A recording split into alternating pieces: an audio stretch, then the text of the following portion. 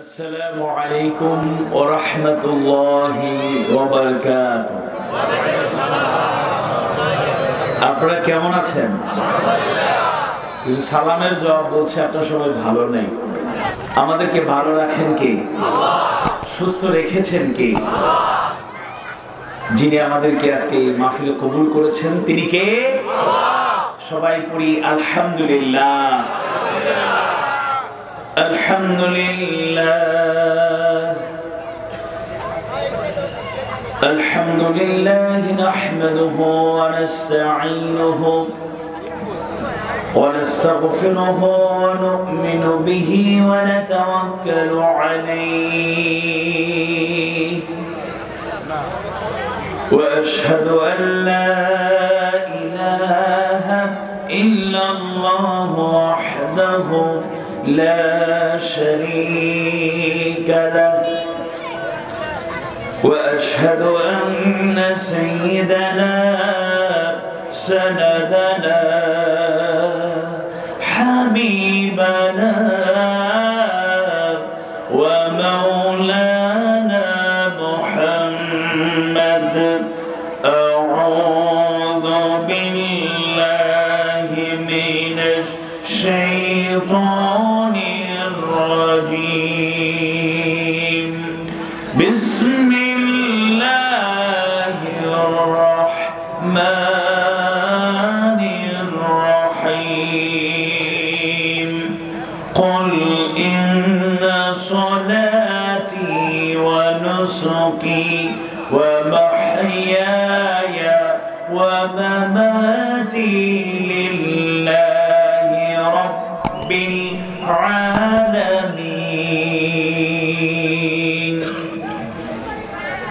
وقال تعالى إن الله وملائكته يصلون على النبي يا أيها الذين آمنوا صلوا عليه وسلموا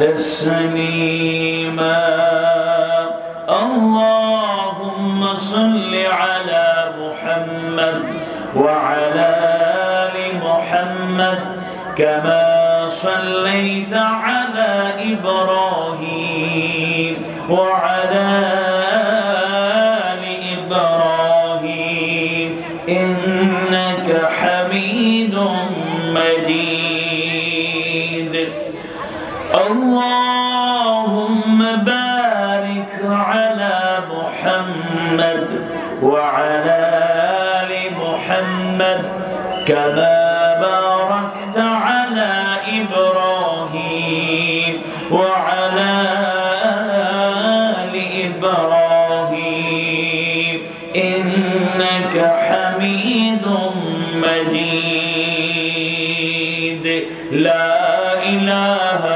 إلا الله لا إله إلا الله لا إله إلا الله سبحان الله والحمد لله কষ্ট না বলে আওয়াজ ছেড়ে জবান উন্মুক্ত রেখে হৃদয় থেকে আমরা পড়ি সুবহানাল্লাহ ওয়ালহামদুলিল্লাহ সুবহানাল্লাহ ওয়ালহামদুলিল্লাহ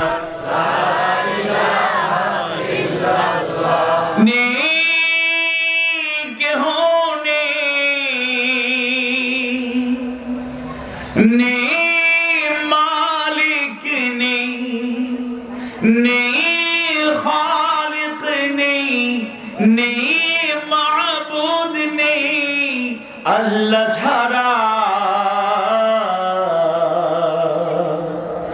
নেই কেহ নেই আল্লাহ ছাড়া লা ইলাহা ইল্লাল্লাহ লা ইলাহা ইল্লাল্লাহ লা ইলাহা ইল্লাল্লাহ লা ইলাহা ইল্লাল্লাহ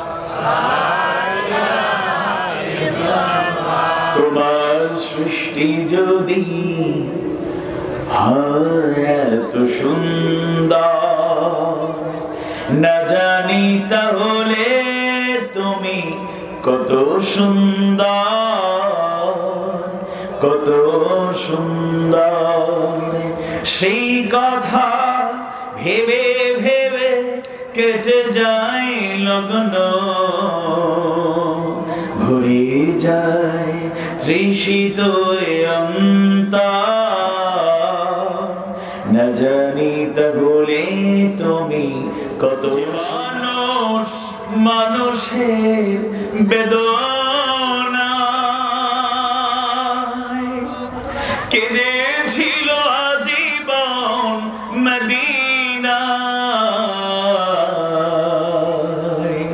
যে মানুষ মানুষের বেদনায় কেঁদেছিল আজীবন মদিনায়,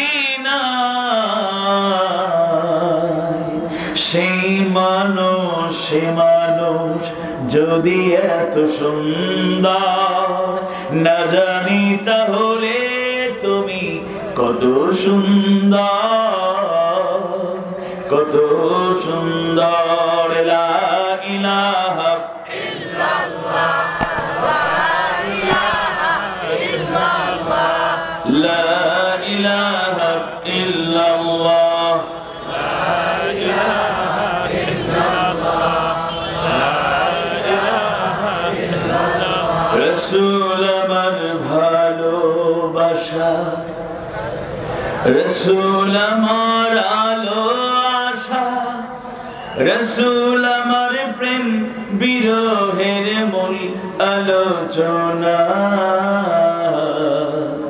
রাসূল আমার কাজে কর্মে অনুপ্রেরণা, রাসূল আমার ভালোবাসা। যখন দারুণ দুঃখ নামে আমার জীবন জুড়ে, বিপদ আপদ মুসিবতে মরি পুড়ে পুড়ে, তখন তোমার শৈশব কৈশোর যোগায় প্রেরণা, রাসূল আমার কাজে কর্মে অনুপ্রেরণা, রাসূল আমার ভালোবাসা, রাসূল আমার আলো আশা, রাসূল আমার প্রেম বিরহের মূল আলোচনা, রাসূল আমার কাজে কর্মে অনুপ্রেরণা, রাসূল আমার ভালোবাসা। আশা হতো জীবন যখন দুর্বিষহ লাগে, ব্যর্থ এবং পরাজিত স্মৃতিগুলো জাগে, তখন তোমার বদর উহুদ যোগায় সান্ত্বনা, রাসূল আমার কাজে কর্মে অনুপ্রেরণা, রাসূল আমার ভালোবাসা। কত রকম রাজার নীতি প্রজার নীতি দেখলাম, দুঃখ হায়রে দুঃখ ছাড়া আর কিছু না পেলাম, তাই তো শুধু মনে পড়ে সোনার মদিনা, রাসূল আমার কাজে কর্মে অনুপ্রেরণা, রাসূল আমার ভালোবাসা, রাসূল আমার আলো আশা, রাসূল আমার প্রেম বিরহের মূল আলোচনা, রাসূল আমার কাজে কর্মে অনুপ্রেরণা। নেতার মতো নেতা যখন পাই না কোথাও খুঁজে, কাঁদি শুধু এই দুটি চোখ বুজে, তখন তোমার শরণ আমায় দে যে সান্ত্বনা। রাসূল আমার কাজে কর্মে অনুপ্রেরণা, রাসূল আমার ভালোবাসা, রাসূল আমার আলো আশা, রাসূল আমার প্রেম বিরহের মূল আলোচনা।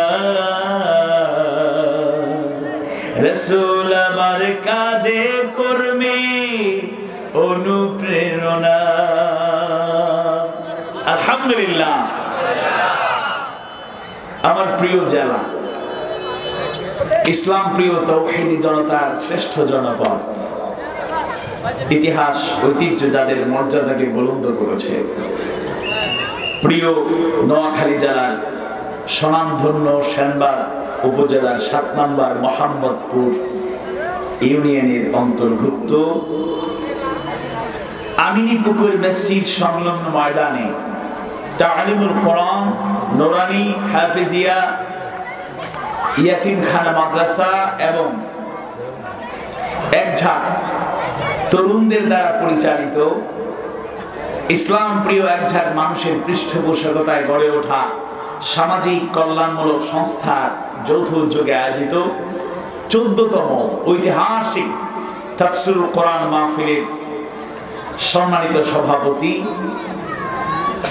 এই এলাকার মানুষের পরম শ্রদ্ধাভাজন ব্যক্তিত্ব, বিশিষ্ট সমাজসেবক, ইসলাম প্রিয় মানুষের প্রাণের স্পন্দন, ওমান প্রবাসী হাজী মোহাম্মদ ইব্রাহিম সাহেব, গণ্যমান্য ব্যক্তিবর্গ, পিতৃতুল্য সম্মানিত মুরব্বীবৃন্দ, সাংবাদিক বন্ধুগণ, মিডিয়া ব্যক্তিত্বগণ, প্রশাসনের বিভিন্ন পর্যায়ের রেসপন্সিবল পারসন, দায়িত্বশীল ব্যক্তিবর্গ, একান্ত প্রিয় কচিকাঁচা শিশু কিশোর ভাইগুলো আজকে সৌন্দর্য মণ্ডিত হচ্ছে যাদের প্রচেষ্টায়, যারা অগ্রসরমান থাকলে, যারা কোরআনের পক্ষে থাকলে, যারা হাদিস সুন্নাহর পক্ষে থাকলে, যারা ইসলাম ও মুসলমানদের পক্ষে বলিষ্ঠ ভূমিকা পালন করলে ইসলাম ও মুসলমানের মর্যাদাকে ভুলুণ্ঠিত করতে পারে না, তারাই আমাদের যুবক, তারাই আমাদের তরুণ। আওয়াজ দিয়ে বলুন ঠিক না? আল্লাহ তাআলা এই তরুণগুলোকে ইসলামের জন্য কবুল করে নিন। বলুন আমিন। আপনারা এই মাহফিলে উপস্থিত থাকতে পেরে খুশি না বেজার? আওয়াজ বাড়ায় বলেন, খুশি না বেজার? বেশি না কম? হৃদয়ের সবটুকু ভালোবাসা উজাড় করে সেই মাহবুদের দরবারে কালিমাতুশ শুকর আমরা পড়ছি, যিনি তৌফিক না দিলে এই মাহফিল হওয়া, বাস্তবায়ন হওয়া, উপস্থিত হওয়া, কথা বলা এবং শোনা সম্ভব ছিল না। সেই আযীম সত্তার কৃতজ্ঞতা জানাই। তিনি কে? আওয়াজ বাড়িয়ে বলুন, তিনি কে? আমরা সবাই পড়ছি আলহামদুলিল্লাহ। রব্বানা লাকাল হামদ হামদান কাসীরান তাইয়িবান মুবারাকান ফীহি। আল্লাহ তাআলা শুরু থেকে শেষ পর্যন্ত সবাইকে মাহফিলের জন্য কবুল করুন। বলুন আমিন। আমাদের মাহফিলে আসা, বসা, কথা বলা এবং শোনা যেন আমাদের নাজাতের ওসিলা হয়, হেদায়েতের উদ্দেশ্যে যেন আমরা বসতে পারি, কথা বলতে পারি এবং শুনতে পারি। আল্লাহ কবুল করুন। বলুন আমিন। মাহফিলে আসা, মাহফিলে বসা, মাহফিলকে সমর্থন করা সবার ভাগ্যে জোটে না।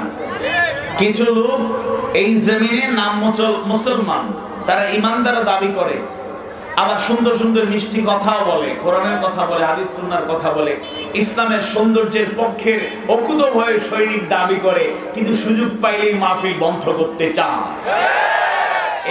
এরকম মুনাফিক মার্কা লোক সেনবাগে নাই, নোয়াখালীতে নাই। আল্লাহ তাআলা এদের হেদায়েত দান করুন। বলেন আমিন। পরিষ্কার বলতে চাই, আমরা কোরআন থেকে কথা বলার জন্য, হাদিস সুন্নাহ থেকে কথা বলার জন্য, ইসলামের সৌন্দর্য বর্ণনা করার জন্য এসেছি।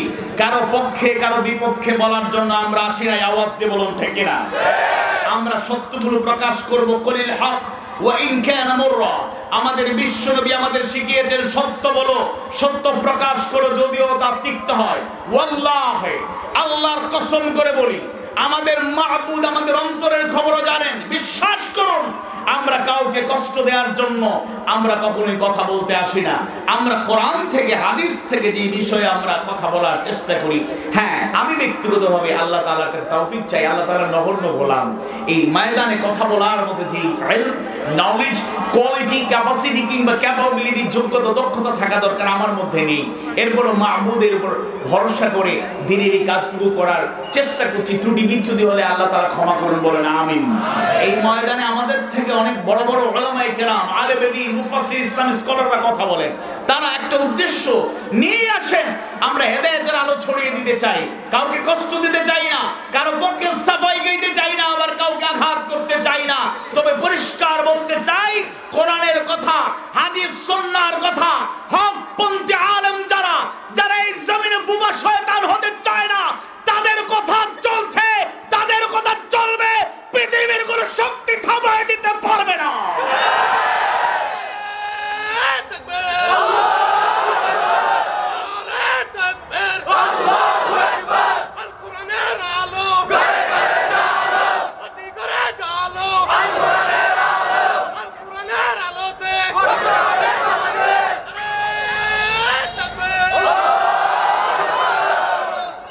এই কোরআন হলো আযীম কিতাব, হুদাল লিন-নাস ওয়া বাইয়িনাতিন মিনাল হুদা ওয়াল ফুরকান। হুদাল লিন-নাস, গোটা মানবতার হেদায়েতের কিতাব এই কোরআন। আমার দল আলাদা থাকতে পারে, কিন্তু কোরআনের ব্যাপারে আমি থাকতে হবে এক। আমার দল ভিন্ন হতে পারে, কিন্তু হাদিস সুন্নাহর ব্যাপারে আমাকে থাকতে হবে এক। এজন্য দলীয় চিন্তা নিয়ে মাহফিলে আসা এবং বসার দরকার নেই। কোরআন থেকে, হাদিস সুন্নাহ থেকে কথা হবে এবং শুনবো। সামি'না ও আতা'না, শুনবো মনোযোগ দিয়ে। আর যদি আনুগত্য করার মতো কোন ব্যক্তির কথা, আমার কথা, ফয়জুল হক স্যারের কথা, নো নেভার, আল্লাহ তার রাসূলের কথা, কোরআন সুন্নাহর কথা যদি কিছু বলা হয়, এগুলো আমরা শুনবো এবং মানতে রাজি আছি ইনশাআল্লাহ। তবে আরেকটা কথা বলি, দাওয়াত দ্বীনের ময়দানে এই ধারণা থাকা উচিত যে মাহফিল হচ্ছে দাওয়াতি কাজের একটা পদ্ধতি, একটা মাধ্যম মাত্র। সব জায়গায় কিন্তু এরকম মাহফিল হয় না। অন্যান্য দেশে যারা থাকেন সব জায়গায় এরকম আমভাবে এরকম হয় না, কিন্তু আমাদের দেশে আলহামদুলিল্লাহ এই মাহফিলগুলোর মাধ্যমে দাওয়াত ছড়িয়ে পড়ছে সর্বত্র। জোরে করে আল্লাহু আকবার। এজন্য আমরা বলবো, আমরা এই পদ্ধতিটা পেয়েছি আলহামদুলিল্লাহ। তবে এই পদ্ধতি না থাকলেও দাওয়াত কি বন্ধ হয়ে যাবে? কোরআনের আওয়াজ কি স্তব্ধ হয়ে যাবে? মাবুদের ফয়সালা, ইউরিদুনা লিইউতফিউ নূরাল্লাহি বিআফওয়াহিহিম ওয়াল্লাহু মুতিম্মু নূরিহি ওয়ালাউ কারিহাল কাফিরুন। সুতরাং আল্লাহর বাণীকে বুলন্দ রাখবেন যে সত্তা তিনি কে? আওয়াজ বাড়িয়ে বলুন তিনি কে? আমরা তার গোলাম, তার দ্বীনের পথে চলার চেষ্টা করছি, দ্বীনকে আঁকড়ে ধরার চেষ্টা করছি। যদিও আমরা বিভিন্ন বিপত্তির মুখোমুখি হই, আমরা বড় দুর্বল, আমাদের সাহস কম, হিম্মত কম, শরীরের অঙ্গ প্রত্যঙ্গ সবগুলো এত শক্তিশালী না। জানি করতে করতে আমরা খুব ক্লান্ত, দুর্বল হয়ে যাই। কম বয়সী বিভিন্ন রকমের দায়ীলালা যারা কম বয়সে অসুস্থ হয়ে যান, জানি করতে করতে অবস্থা খারাপ। এই জন্য আমাদের অঙ্গ প্রত্যঙ্গ বেশি শক্তিশালী না। আপনারা বেশি হুঙ্কার দিয়েন না, খুব বিপদ। হাত, ঘাড়, পা, চোখ, এগুলো সব অঙ্গ প্রত্যঙ্গগুলো দুর্বল। যদি কথায় কথায় আমরা হুঙ্কার দেন, তাহলে তো আমরা ভয় পাই যাইব। যদিও আমাদের অন্তরে ভয় আছে কার? আওয়াজ বাড়িয়ে বলুন, অন্তরে ভয় আছে কার? আল্লাহর ভয় যাদের অন্তরে থাকে, অন্য কোন ভয় তাদের অন্তরকে স্পর্শ করতে পারে? স্পর্শ করতে পারে? স্পর্শ করতে পারে? তাই আল্লাহর উপর ভরসা করে তাওয়াক্কালতু আলাল্লাহ বলতে চাই। এক হাত, একটা অঙ্গ, শরীরের একটা অংশ আমার পা, শরীরের একটা অংশ আমার ঘাড়, শরীরের একটা অংশ আমার চোখ, এক একটা করে আলাদা করে ছুটে ফেলার জন্য, খুলে ফেলার জন্য হুঙ্কার দিলে আমাদের থামানো যাবে না। আল্লাহর জন্য, তার রাসূলের জন্য যারা জীবন দেওয়ার জন্য প্রস্তুত রয়েছে, অঙ্গহানি করে তাদের থামানো যাবে না, যাবে না, যাবে না। বরং স্পষ্ট ভাষায় বলতে চাই, আমাদেরকে যা করার করেন। প্রয়োজনে আমাদের একবারে বুকটা চিরে কলিজাটা আলাদা করে পৃথক করে সমুদ্রে, নদীতে ফেলে দেন, কিংবা অন্যত্র যত্র ফেলে দিয়ে আপনার আনন্দ উল্লাস করেন। কিন্তু আমরা বলে যাব, আমরা আল্লাহর পথে চলি, আল্লাহর কথা বলি, রাসূলের পথে চলি, রাসূলের কথা বলি। সুতরাং হাত, পা, ঘাড় আর চোখ নয়, জীবন জীবনও যদি দিতে হয় শাহাদাতের পেয়ালা পান করব, কোন রক্ত চক্ষুকে পরোয়া করে হকের পক্ষে আমরা থাকতে চাই না। ধরে কোন ঠিক কিনা? সুতরাং আল্লাহ তাআলার কাছে আমরা তৌফিক কামনা করছি। আল্লাহ তাআলা সবাইকে এই কথাগুলো বুঝার তৌফিক দান করেন, আমিন। আওয়াজ বাড়িয়ে বলেন আমিন। জিকির করুন লা ইলাহা ইল্লাল্লাহ, লা ইলাহা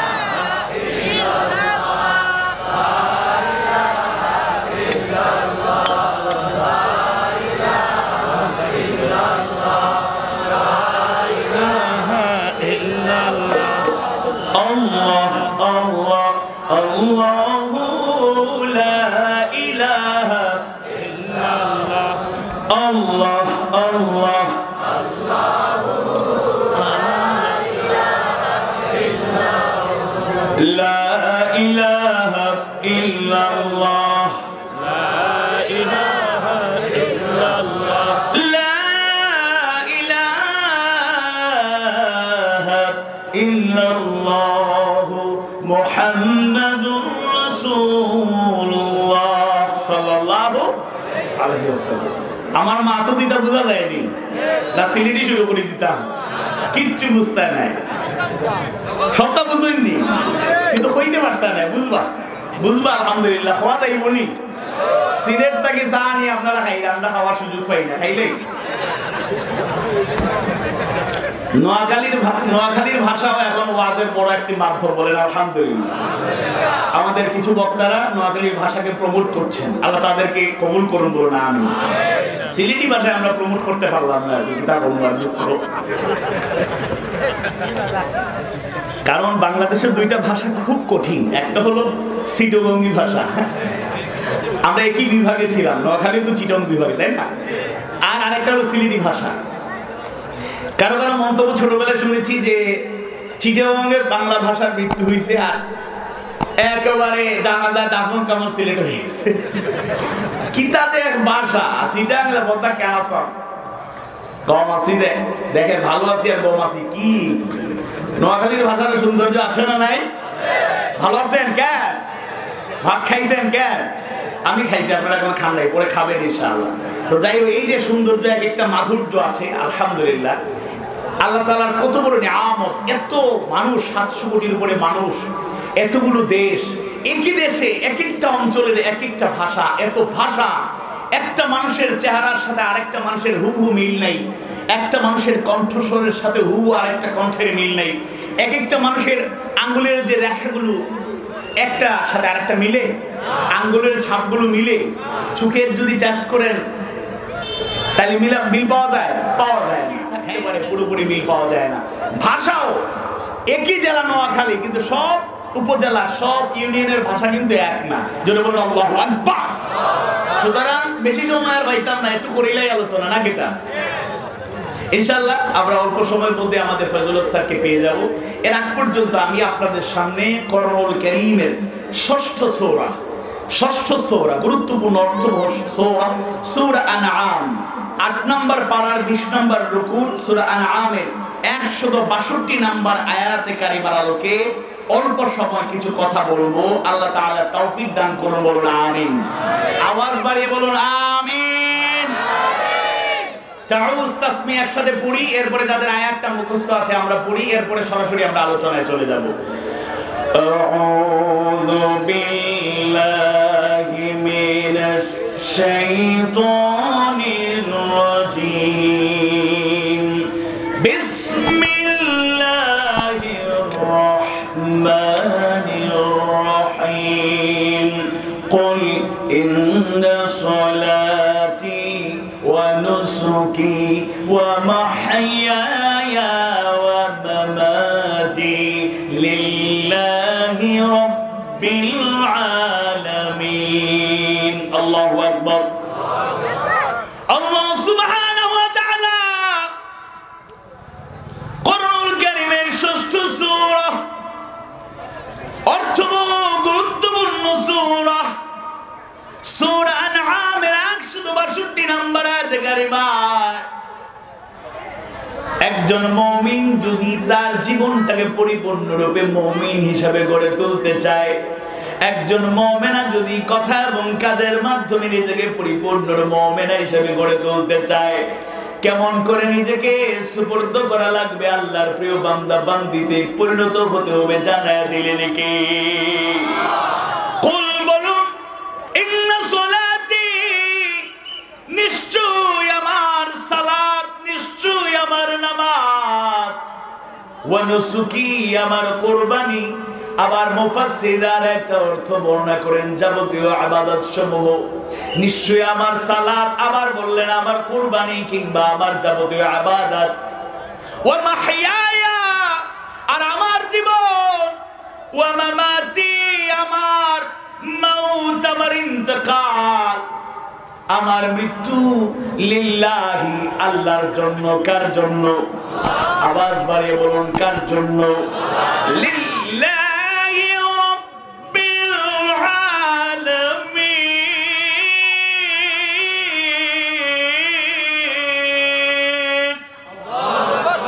লিল্লাহি, আল্লাহর জন্য, ওই আল্লাহর জন্য। রব্বিল আলামিন, রব্বুল আলামিন, রব্বাল আলামিন, যিনি বিশ্ব প্রতিপালক, তিনি কে? আওয়াজ বাড়িয়ে বলুন, তিনি কে? আল্লাহ। বলুন, বলো, নিশ্চয়ই আমার সালাত, আমার কুরবানি কিংবা যাবতীয় ইবাদত, আমার জীবন, আমার মৃত্যু বিশ্ব প্রতিপালক আল্লাহর জন্য। সুবহানাল্লাহ। একজন মুমিন, একজন মুমিনা, একজন মুসলমান যদি এরকম কথা এবং কাজে ঘোষণা দিতে পারে, কথা এবং কাজে যদি বাস্তবায়ন করতে পারে, আমার নামাজ, আমার কুরবানি কিংবা যাবতীয় ইবাদত, আমার হায়াত, আমার মাউত বিশ্ব প্রতিপালক আল্লাহর জন্য, আল্লাহর জন্য যদি সবকিছু হয়ে যায়, কোন সন্দেহ নাই সে দুনিয়া আখিরাতের সবচেয়ে সফল কাম। আল্লাহু আকবার। আমরা দুনিয়ায়ও হাসানা চাই, আখিরাতেও মুক্তি চাই। দুনিয়ায় শান্তি চাই, আখিরাতে মুক্তি চাই। রব্বানা আতিনা ফিদ দুনিয়া হাসানা ওয়া ফিল আখিরাতি হাসানা ওয়া কিনা আযাবান নার। সবাই বলুন আমিন। ইমানদার ভাইরা, এই আয়াত কারিমার শিক্ষা, এই আয়াত কারিমার হেদায়েত, এই আয়াত কারিমার আলোকে যে নসিহত জানায় দিলেন আমাদেরকে, আজকের এই আলোচনা থেকে আমি এবং আমরা এই প্রত্যয় নিয়ে যাব, আগামী দিনে, আজকের থেকে, এখন থেকে শুরু করে আগামী দিনে আমি এমন ভাবে নিজেকে গড়ে তুলতে চাই। হায়াতে জিন্দেগি কতদিন আছে কেউ জানি না, এক সেকেন্ডের কোনো ভরসা নাই। কুল্লু নাফসিন যায়িকাতুল মাউত, প্রত্যেকটি নফসকে, প্রত্যেকটি আত্মাকে, প্রাণীকে মৃত্যুর স্বাদ, মৌতের স্বাদ আস্বাদন করা লাগবে। মৃত্যু নিশ্চিত, কিন্তু মৃত্যুর সময়টা সম্পূর্ণ অনিশ্চিত। কত আশা আমাদের, কত স্বপ্ন আমাদের। ছোট ছোট বাচ্চাগুলো যারা আছে ইবতিদায়ী মাদ্রাসায় কিংবা প্রাইমারি স্কুলে পড়ে, একটু বুঝ হওয়ার পরেই তাকে যদি জিজ্ঞেস করা হয় তুমি বড় হয়ে কি হতে চাও, সে বলে আমি ডাক্তার হতে চাই। যদি জিজ্ঞেস করা হয় তুমি কি হতে চাও, সে বলবে বাবা বলেছেন আমাকে ইঞ্জিনিয়ার হওয়া লাগবে। কি হতে চাও? আমার বাবা ইউনিয়নের সাবেক চেয়ারম্যান, আমি ইউনিয়নের ভবিষ্যৎ। আছে না? আর কিছু লোক আছে বলবে আমরা ভবিষ্যতে মিজানুর রহমান আজহারি হতে চাই। আর আসতে কম কেন? আর জোরে কম কেন? যদি আবার তাকে জিজ্ঞাসা মিজানুর আজহারি বা এরকম বক্তা হলে লাভ কি হয়েছে? লাভ আছে। কি লাভ? যে আমার একজন হুজুর কইছে, আরে বেটা টাকা কামাইতে চাস বক্তা হয়ে যা, কয়েকদিনের ভেতরে গাড়ি, এরপরে বাড়ি।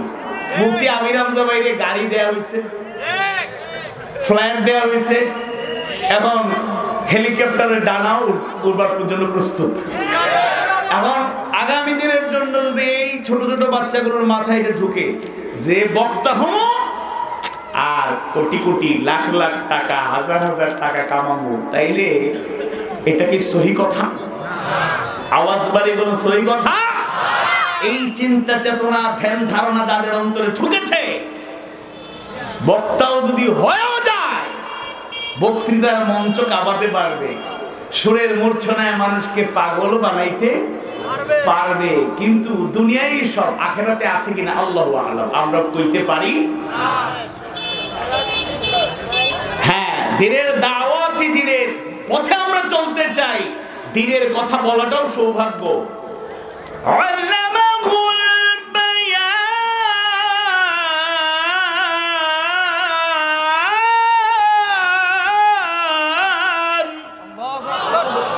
বয়ান করা, কথা বলার শিক্ষা দিয়েছেন কে? আওয়াজ বাড়িয়ে বলুন কে? আল্লাহ তাআলা কথা বলার শিক্ষা দিয়েছে। তন্মধ্যে কথা বলার মধ্যে যারা যত বেশি দক্ষতা, সৌন্দর্যের পরিচয় বহন করে তারা সৌভাগ্যবান। আল্লাহ রাসূল নিজেই বলেছেন, ইন্না মিনাল বায়ানি লাসিহরা, নিশ্চয়ই কোন কোন বর্ণনায় আছে জাদু। যেরকম সুবহানাল্লাহ। কিন্তু আমরা আজকে আলোচনা করব, আমি এবং আমরা সবাই যেন এখান থেকে শিক্ষা নিতে পারি। উদ্দেশ্য ওটা নয়, উদ্দেশ্য ওটা নয়, উদ্দেশ্য থাকবে আল্লাহ তাআলার সন্তুষ্টি, আল্লাহকে খুশি করে রাসূলের সুন্নাহর আলোকে আমরা চলবো। আল্লাহ কবুল করুন, বলো না আমিন। সুতরাং ছোট্টবেলা থেকে শিশুদেরকে সেই আলোকে পরিচর্যা করা লাগবে, সেই আলোকে গড়ে তোলা লাগবে। তুমি ডাক্তার হতে চাও, কেন ডাক্তার হতে চাও? বেশি বেশি ভিজিট নেয়া, কোটি কোটি টাকার মালিক হওয়া, এই উদ্দেশ্য নয়। শিক্ষা দেওয়া হয় মানবতার সেবা তুমি করবে। সুতরাং ওই পদে যখন তুমি চলে যাবে, ওই কথা যেন তুমি ভুলে না যাও। আল্লাহ কবুল করুন, বলো না আমিন। অনেকে বলে আমি শিক্ষক হতে চাই। তুমি কেন শিক্ষক হতে চাও? যে বাবার মুখ থেকে শুনেছি, বাবা মা হলেন তার অভিভাবক, তার জন্মদাতা বাবা মা, তার সেই অভিভাবক যার ঋণ শোধ করা যায় না। কিন্তু আমার বাবা আমাকে শিখিয়েছেন, তোমার উস্তাদ, তোমার হুজুর, তোমার টিচার, তোমার শিক্ষক হলো তোমাকে মানুষ গড়ার কারিগর। যেরকম সুবহানাল্লাহ।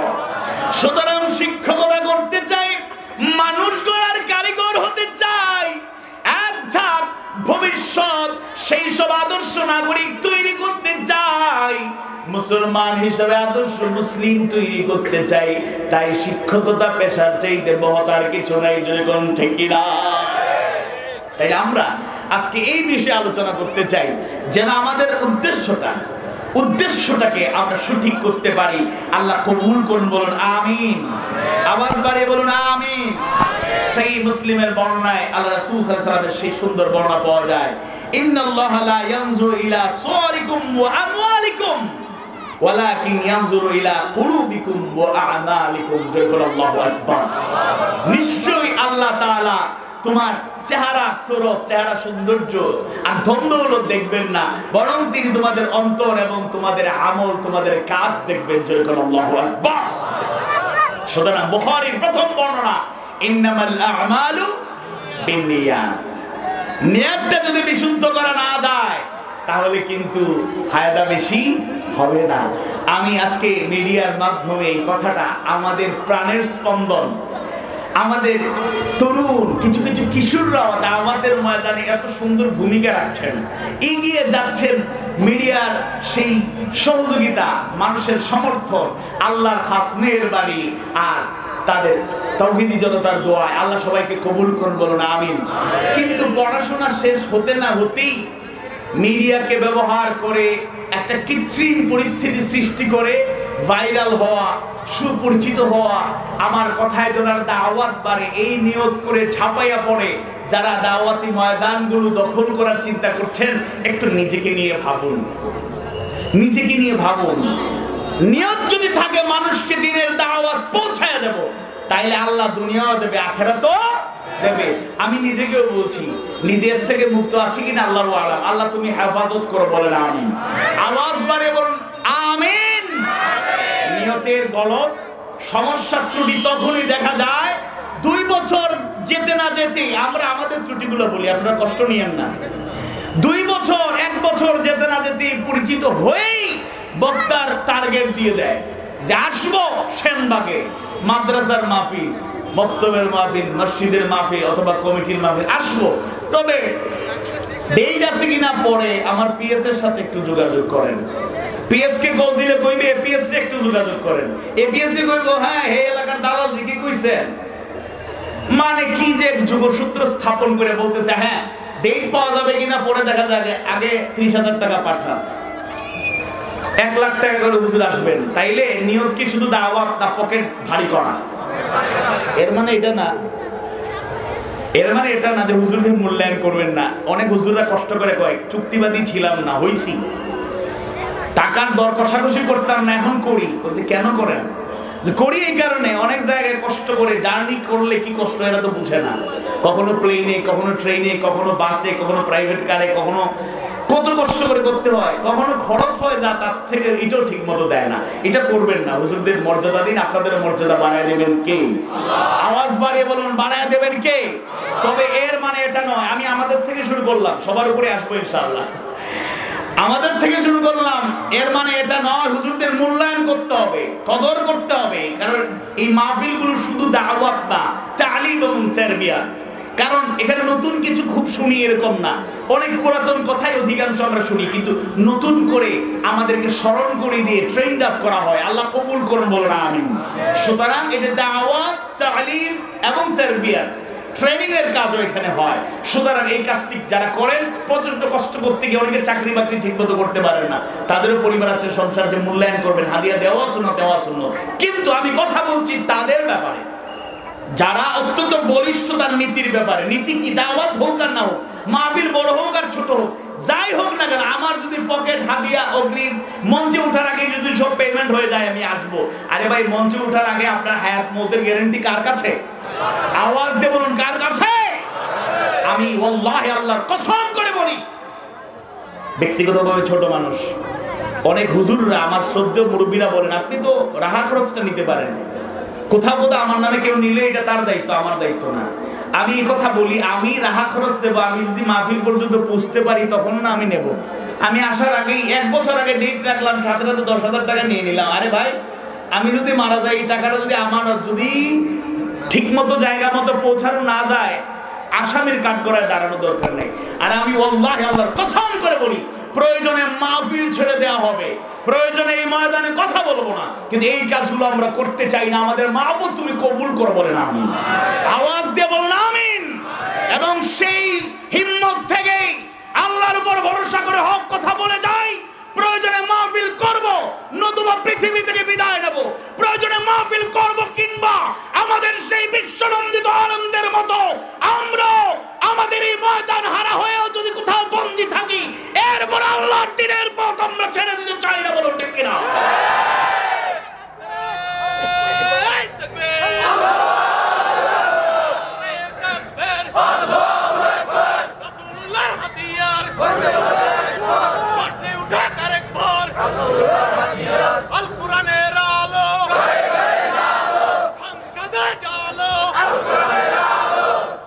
এই যে একটা কথা বলা হলো সংসদে, আপনার মন খারাপ করেন না, এটা মুসলমানের দেশ, এটা কোনো দলীয় স্লোগান না। কোরআন হচ্ছে আমাদের হেদায়েতের কিতাব, কোরআন হচ্ছে আসলে মূলত মুসলমানদের কনস্টিটিউশন, মূল সংবিধান। তবে আমরা মুসলিম রাষ্ট্রে, এখনো ইসলামী রাষ্ট্র হয়নি, আমরা জোর জবরদস্তি করে এটাকে প্রতিষ্ঠা করতে চাই না। সবকিছুর একটা চেইন অফ কমান্ড, ধারাবাহিকতা আছে, গ্র্যাজুয়ালি সেগুলো কাজ করতে হবে। কিন্তু সর্বোচ্চ আইন প্রণয়নের জায়গা, সেই জায়গায় যদি কোরআনের আলোকে সুন্দর নীতিমালা তৈরি হয়, আমরা কষ্ট পাবো না সফল হব? কষ্ট পাবো না সফল হব? এই যে শিক্ষা ব্যবস্থা, আমি শ্রদ্ধার সাথে বলছি, মাদ্রাসায় পড়াশোনা করেছি, কিছুদিন কলেজ, বিশ্ববিদ্যালয়, কলেজের বারান্দায় হাঁটাহাঁটি করেছি। আমি আমার প্র্যাকটিক্যাল ছোট্ট জীবন থেকে যা বুঝতে পেরেছি, এবং মুরব্বীরা আপনারা তো অভিজ্ঞ, অনেকেই বেশি বুঝবেন, আমাদের শিক্ষা ব্যবস্থা যেটা সেই পুরাতন ব্রিটিশ এর ধারাবাহিকতায়, তাদের করা নীতিমালা ধারাবাহিকতা কিন্তু চলছে। ফ্রিলি এন্ড ফ্র্যাঙ্কলি বলছি, আমরা সংকীর্ণ নই। ফিজিক্স, কেমিস্ট্রি, বায়োলজি, বাংলা, ভূগোল, ইতিহাস, ম্যাথমেটিক্স, এগুলো শিক্ষা, এটা শিক্ষার বাইরে না, ইসলামের দৃষ্টিকোণ থেকে জাগতিক শিক্ষা এটা শিক্ষা। তবে আসল এবং মৌলিক দুই দুনিয়া আখিরাত উভয় জায়গায় সফল করবে যে শিক্ষা, সেটা হলো ইসলামী শিক্ষা। আল্লাহ বুঝার তৌফিক দান বলেন আমিন। কিন্তু দুনিয়ার শিক্ষাকে অবহেলা করলে চলবে না। ম্যাথমেটিক্স আমরা বেশি জানি না, গণিত বেশি বুঝি না, কিন্তু মৌলিক কিছু জিনিস তো জানি। আমরা বলি কুল হু আল্লাহু আহাদ, আল্লাহ কয়জন? আওয়াজ বাড়িবে, আল্লাহ কয়জন? একজন। তাই এই যে এক শব্দটা কোথা থেকে আসলো? ইসলামের স্তম্ভ পাঁচটা, এই যে পাঁচ শব্দটা আসলো কোথা থেকে? এটা তো গণিতেরই একটা অংশ, তাই না? সুতরাং এই শিক্ষা চলবে, আমরা আপত্তি করি না, কিন্তু এর সাথে যুক্ত করতে হবে ইসলামের শিক্ষা, কোরআনের শিক্ষা, হাদিস সুন্নাহ শিক্ষা। তবে এটা শুধু মক্তবে ইবতেদায়ী শ্রেণী পর্যন্ত অল্প কিছু শিক্ষা দিয়ে এটা শেষ নয়, বরং ভালো করে এই কোরআনের গভীর জ্ঞান অর্জন, বুঝা এবং মানার মতো মেন্টালিটি তৈরি করার আগ পর্যন্ত এই শিক্ষা অব্যাহত রাখার প্রয়োজন আছে না নাই?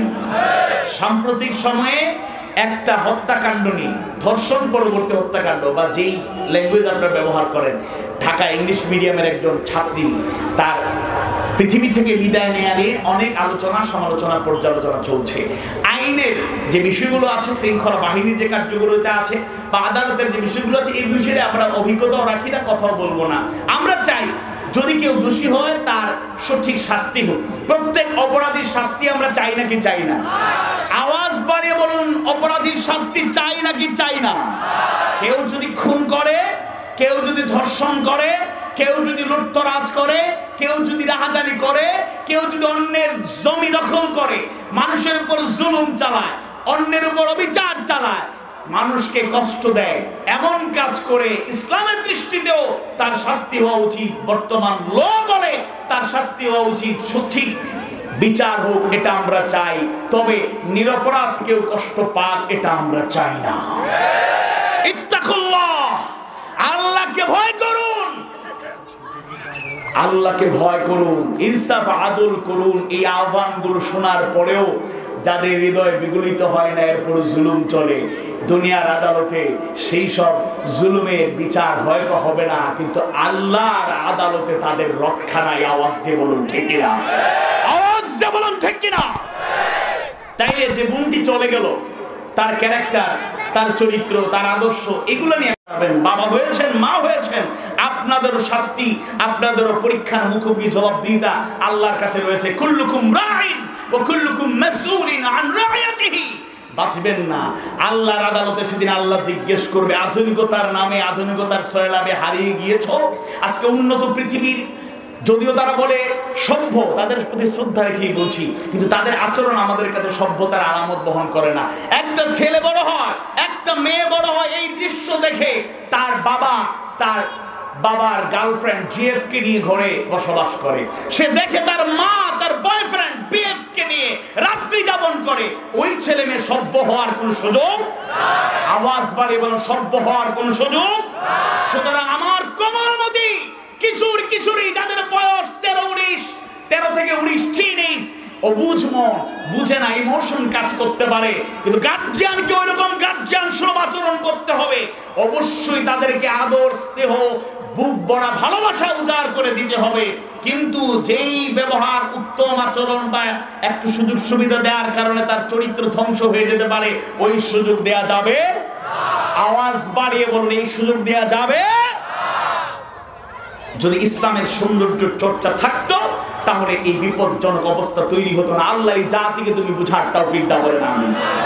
কুল ইন্না সলাতি ওয়া নুসুকি ওয়া মাহইয়ায়া ওয়া মামাতি লিল্লাহি রাব্বিল আলামিন।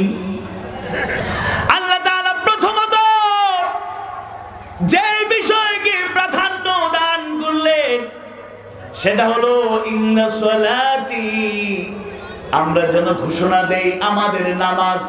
কারণ ঈমান আনার পরে, আল্লাহর গোলামি গ্রহণ করার পরে যে ইবাদতকে আল্লাহ সুবহানাহু ওয়া তাআলা ফরজ করেছেন, ওই ফরজ ইবাদতের নাম হলো সালাত। সুবহানাল্লাহ, সুবহানাল্লাহ। প্রথমে সালাতটা ঠিক হয়ে গেলে ধীরে ধীরে অন্যান্যগুলো ঠিক হওয়ার সম্ভাবনা আছে না নাই? আওয়াজ বাড়িয়ে বলুন, আছে না নাই? সালাত প্রধানতম ইবাদত। সূরা তাহা 14 নম্বর আয়াত কারিমায় আল্লাহ সুবহানাহু ওয়া তাআলা নিজের পরিচয় দিয়ে নির্দেশ করেন, ইন্নানি আনাল্লাহু লা ইলাহা ইল্লা আনা ফা'বুদনি ওয়া আকিমিস সালাতা লিযিকরি। ইন্নানি আনাল্লাহ, নিশ্চয়ই আমি আল্লাহ। জানায় দেন কে? আল্লাহ নিজেই জানায় দেন, নিশ্চয়ই আমি আল্লাহ, লা ইলাহা ইল্লা আনা, আমি ছাড়া কোনো ইলাহ নাই, ফা'বুদনি, সুতরাং আমার গোলামি করো। গোলামি করব কার? ওয়া আকিমিস সালাতা লিযিকরি, আর আমার শরণার্থে নামাজ কায়েম করো। জোরে করো আল্লাহু আকবার। কেউ যদি নিজেকে মুমিন দাবি করতে চায়, কোন বোন মায়েরা যদি নিজেকে মুমিনা দাবি করতে চায়, আর আমরা যদি বলি আমরা আল্লাহর বান্দা, আল্লাহর বান্দি, আল্লাহর গোলাম, তাহলে প্রধানতম যে ইবাদতের মাধ্যমে সাক্ষ্য দিতে হবে, ওই ইবাদতের নাম সালাত। যেরকম সুবহানাল্লাহ। আর সালাতের ব্যাপারে আল্লাহ তাআলা কায়েমের নির্দেশ দেন, আকিমুস সালাহ, আকামুস সালাহ ওয়া ইউকিমুনাস সালাহ ওয়া আকিমিস সালাতা লিযিকরি।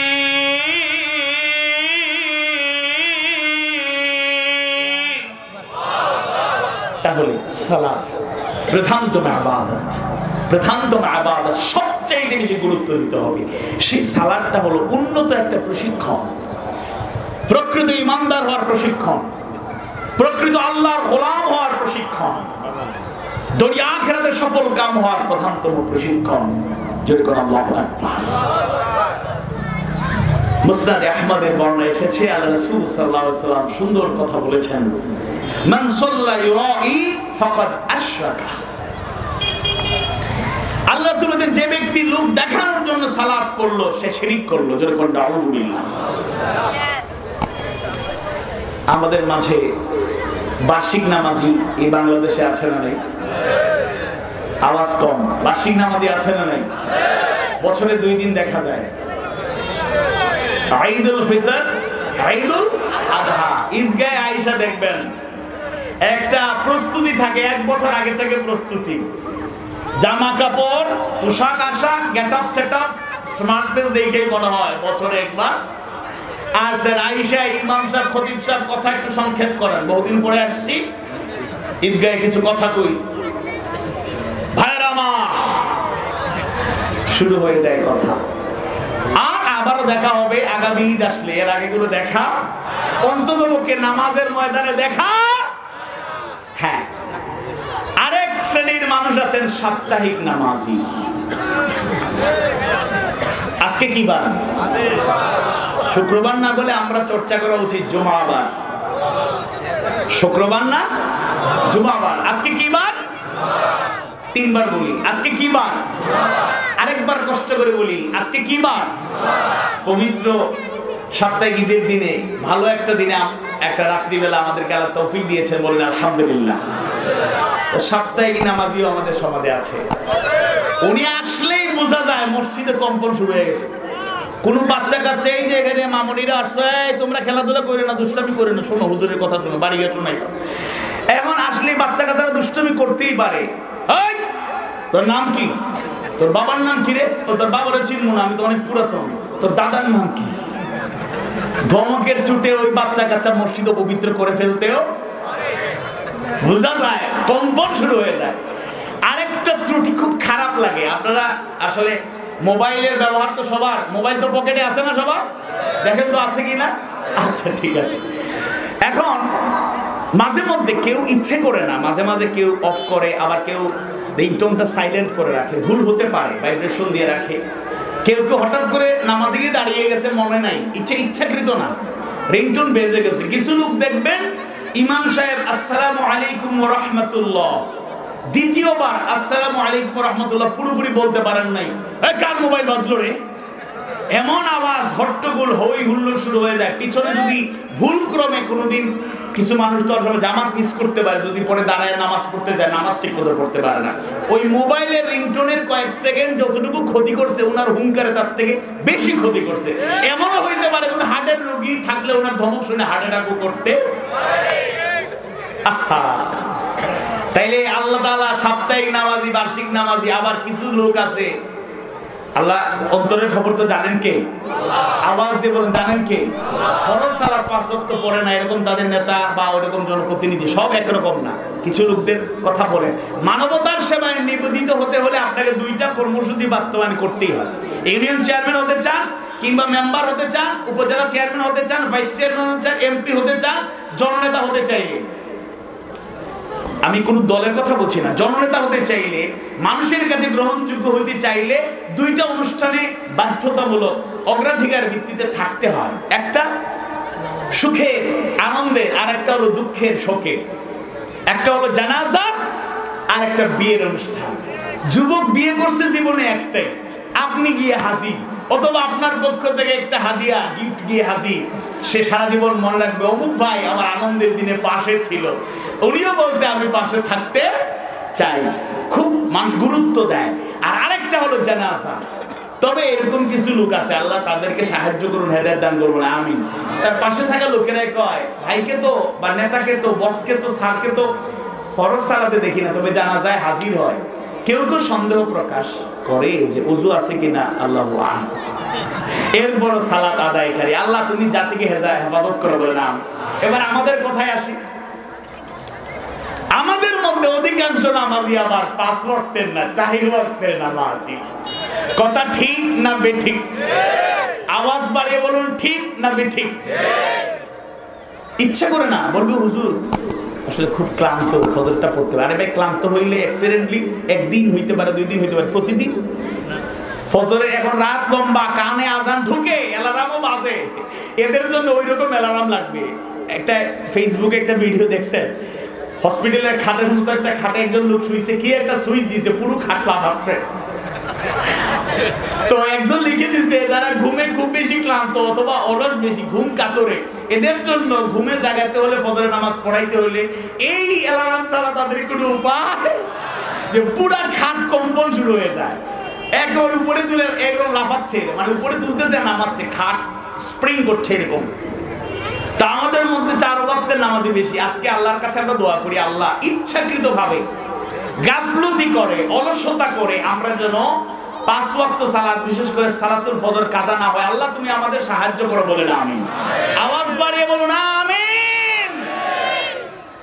ইন্না সলাতি, নিশ্চয়ই আমার সালাত যদি আমরা আল্লাহর জন্য করতে পারি, আল্লাহর ওয়াস্তে, বাবার ভয়ে, মায়ের ভয়ে, অভিভাবকের ভয়ে, শিক্ষকের ভয়ে কিংবা অন্য কারো ভয়ে নামাজ পড়ার দরকার নাই। যদি অন্য কারো ভয়ে মসজিদে ঢুকেন, তাহলে আজকে ওয়াদা করেন, আল্লাহ মনে মনে ওয়াদা করেন। কার অবস্থা কি? ঘরের মালিক জানে ঘরে কি আছে, আমি জানি আমার কি দুর্বলতা, আপনি জানেন। আপনার নিজে নিজে প্রত্যয় নেন, আল্লাহর কাছে সমর্থ করেন। অনেক সন্তান আছে বাবার ভয়ে নামাজ না পড়লে বলছে খাওয়া দাওয়া বন্ধ, মা বলছে এশার নামাজ পড়ছো, পড়ো নাই, যাও খাওয়া দাওয়া নেই, আছে না নেই, ফজরের নামাজ পড়ো নাই, আজকে তোমার সকালে নাস্তা নেই, না খেয়ে যাও, নাস্তা যেটা স্পেশাল বানানো হয় এটা আর খাওয়ানো হবে না, একটা বিস্কিট আর চা খেয়ে চলে যাও, আছে না নাই? পরের দিন কি আর মজার মজার সেই ডিম অমলেট আর মামলেট, এগুলা ভালো ভালো খাবার থুইয়া শুধু বিস্কিট খাইয়ে স্কুলে কেউ যাবে? ছোটবেলা থেকে বাচ্চাগুলোকে ট্রেন্ড আপ করেন, প্রশিক্ষণ দেন। 7 বছর বয়সী সালাত আদায় করার জন্য তাগিদ দিয়েছেন কে? তাগিদ দিয়েছেন কে? 7 বছর বয়সে, আবু দাউদের বর্ণনা, আমি সেদিকে যাচ্ছি না। আর 10 বছর হলে প্রয়োজনে প্রহার করো, তবে এটা লিমিটেড, আনলিমিটেড নয়। কিছু লোক আছে, এই তোমার ছেলে নামাজ পড়ে না, দুষ্টুমি করে কিছু করো না, ও আচ্ছা করছে, বাবা এরকম করো না। ছেলে বলে আলহামদুলিল্লাহ, আমার বাবা দুনিয়ার শ্রেষ্ঠ বাবা। ধরে না ছাড় দে। আর হঠাৎ করে বাবা রাগ যাদের না, রাগ হঠাৎ করে উঠলে কিন্তু অ্যাক্সিডেন্ট হওয়ার সম্ভাবনা বেশি। এবার রাগ উঠছে, ধরছে আসার মাইয়া ভর্তা বানায় ফেলবে। 3 জন ধরে আটকে দেব, না ছাড়ো, এটা আজকে শেষ করে দেবো, এরকম দরকার নেই। বরং মারাও লাগবে না, আপনার অঙ্গুলির ইশারা, আপনার চোখের চাহনি, চোখের চাহনিতে আদর আছে, মহব্বত যেন উপচে পড়ে। আবার চোখের চাহনি বারবার করতে হবে, আল্লাহ যেন ইমানের সাথে আমাদের মৃত্যু দেয়। সবাই বলুন আমিন। আমি আপনাদের অনুরোধ করবো, একটা দোয়া বেশি করে করবেন, আল্লাহর কাছে শাহাদাতের পেয়ালা পান করার, শাহাদাতের মর্যাদা পাওয়ার। শহীদি মৃত্যু এটা মৃত্যু নয়, এটা জীবন ঘোষণাকার। আল্লাহর জন্য, তার রাসূলের জন্য, দ্বীনের জন্য যদি জীবন উৎসর্গ করা যায়, এই জীবনটা যদি কেড়ে নেওয়া হয়, আমি চলে যাই, এই মৃত্যু, এই বিদায়ের চাইতে শ্রেষ্ঠ বিদায় আর কিছু হতে পারে না। সূরাতুল বাকারা 154 নম্বর আয়াতে কারিমায় আল্লাহ সুবহানাহু ওয়া তাআলা জানান, ولا تقولوا لمن يقتل في سبيل الله أموات بل أحياء ولكن لا تشعرون। জোরে আল্লাহু আকবার। যারা আল্লাহর পথে জীবন দেয় তাদেরকে মৃত বলতে নিষেধ করেছেন কে? তারা বরং জীবিত। তোমরা দেখো না, যারা আল্লাহর দ্বীনের জন্য, ইসলামের জন্য হাসি মুখে শাহাদাতের পেয়ালা পান করেছে, ইসলাম বিদ্বেষীরা যারা আল্লাহর গোলামদের বিদায় করে মনে করেছে ইসলামের আলো নির্বাপিত করবে, আল্লাহর আদর্শের দাওয়াত, দ্বীনের দাওয়াত বন্ধ করবে, তোমরা বোকামি করছো। কারণ একজন শহীদের প্রতি ফোঁটা রক্ত তার উত্তরসূরিদের জন্য আজীবন প্রেরণা। বলেন ঠিক কিনা? শহীদরা সফল, এরা ব্যর্থ নয়, ঘোষণাকার। রাসূলের সুন্নাত যদি অনুসরণ করতে চাই, শাহাদাতের পেয়ালা পান করার তামান্না থাকতেই হবে। আরে ভাই, পৃথিবী থেকে যেতেই হবে। আপনি অসুস্থ হন আর সুস্থ হন, যেতে হবে। কোভিড-19 গোটা পৃথিবী নিস্তব্ধ। আমাদের কত পরিচিত জন পৃথিবী ছেড়ে চলে গেল। এই 2020 সালে আমরা কত ভালো ভালো দায়িল্লাহ হারালাম। মরহুম অধ্যক্ষ মাওলানা গোলাম সরওয়ার সাইদির মতো আমাদের স্নেহধন্য প্রাণাধিক প্রিয় ছোট্ট ভাই স্নেহের মাইনুল চলে গেল, মাইনুল ইসলাম চলে গেলেন। বাংলাদেশের অকুতভয় সৈনিক আলেমদের হাজার হাজার লাখো আলেম উস্তাদ মরহুম আল্লামা শফি রহমতুল্লাহ আলাইহি চলে গেলেন, আল্লামা নূর হোসেন কাসিম রহমতুল্লাহ আলাইহি সহ কত উলামায়ে কেরাম। আল্লাহ তাদেরকে তুমি জান্নাতুল ফিরদাউস দান করো, বলুন আমিন। কিন্তু মানুষ অসুস্থ, আমরাও তো চলে যাব। সুস্থ থাকি আর অসুস্থ থাকি, কখন কে যাব এটার ফয়সালা এক জায়গা থেকে আসে। একজনই তার নিয়ন্ত্রণকারী, তিনি কে? সুতরাং এত শঙ্কা কিসের, এত ভয় কিসের? আল্লাহর পথেই চলবো। কিছু কিছু লোক আছে হিকমতের নামে, কৌশলের নামে বলে আপাতত পরিবেশ খারাপ, একটু সতর্ক হয়ে চলি। সতর্ক হইতে হইতে এমন আদর্শের লোকদের সাথে মেলামেশা করছে, তার ইমানি যে চেতনা ছিল, তার যে জজবা ছিল, শাহাদাতের তামান্না ছিল, সব ম্লান হয়ে এবার দুনিয়ার পেছনে ছুটতে থাকে। মুনাফিক কিভাবে হয়ে গেছে নিজেও জানে না। আওয়াজ দিয়ে বলুন ঠিক কিনা? আওয়াজ দিয়ে বলুন ঠিক কিনা? রব্বানা লা তুযিগ কুলুবানা বা'দা ইয হাদাইতানা ওয়া হাব লানা মিন লাদুনকা রাহমা। এই দোয়া আমরা সব সময় করব, আল্লাহ কবুল করুন, বলুন আমিন। সুতরাং শেষ আহ্বান জানাতে চাই, সম্মানিত প্রিয় ভাইরা, দিনদার বোনেরা যারা পর্দার আড়াল থেকে শুনছেন, আমরা আমাদের সালাত, আমাদের কোরবানি কিংবা যাবতীয় ইবাদত, আমাদের জীবন, আমাদের মৃত্যু সব কিছু হবে বিশ্ব প্রতিপালক আল্লাহর জন্য। আল্লাহ কবুল করুন, বলুন আমিন। কথাবার্তায় ত্রুটি হলে আল্লাহ তাআলা ক্ষমা করুন। আর যদি কোরআন হাদিসের কথা হয়, সেটা বক্তা শ্রোতা সবাইকে যেন আল্লাহ তাআলা আমল করে হায়াতে জিন্দেগি যতদিন আছে আমরা যেন আল্লাহর পথে, আল্লাহর নির্দেশিত পথে, রাসূলের দেখানো পথে চলতে পারি। আল্লাহ কবুল করুন, বলুন আমিন ইয়া রাব্বাল আলামিন। আমাদের আয়োজনের মধ্যে অন্যতম হচ্ছে আমাদের মসজিদ।